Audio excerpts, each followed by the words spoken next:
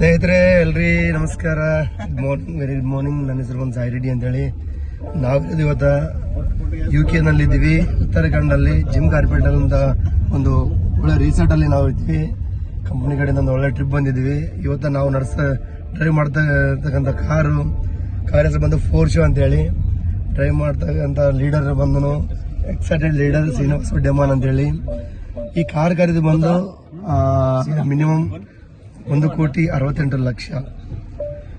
ನೋಡಿ ಸ್ನೇಹಿತರೆ, ವೆಸ್ಟೇಜ್ ಇಂದ ಏನ್ ಬೇಕಾದ್ರೆ ನಾವು ಸಾಧನೆ ಮಾಡಬೇಕು ಅನ್ನೋ ಒಂದು ಒಳ್ಳೆ ನಂಬಿಕೆ ಅನ್ನೋದು ಬರ್ತಾ ಇದೆ. ಯಾಕಂದ್ರೆ ನೋಡಿ, ಒಂದು ಹೂವಿನ ವ್ಯಾಪಾರ ಮಾಡ್ಕಂತ 1,1,5 ಕೋಟಿ ಕಾರ್ನ ಯಾರು ಟಚ್ ಮಾಡಿಬಿಡ್ಸಲ್ಲ. ಬಟ್ ನಮ್ಮ winning team chief mentor SP ಬಾಲಿ ಸರ್ ಕಾರ್ನ ಲೀಡರ್ಸ್ ಎಲ್ಲೂ ಡ್ರೈವ್ ಮಾಡಬೇಕು ಅಂತೇಳಿ ಇದು ನಮಗೋಸ್ಕರ ಡ್ರೈವ್ ಮಾಡಕ್ಕೆ ಕೊಟ್ಟಿದ್ದಾರೆ.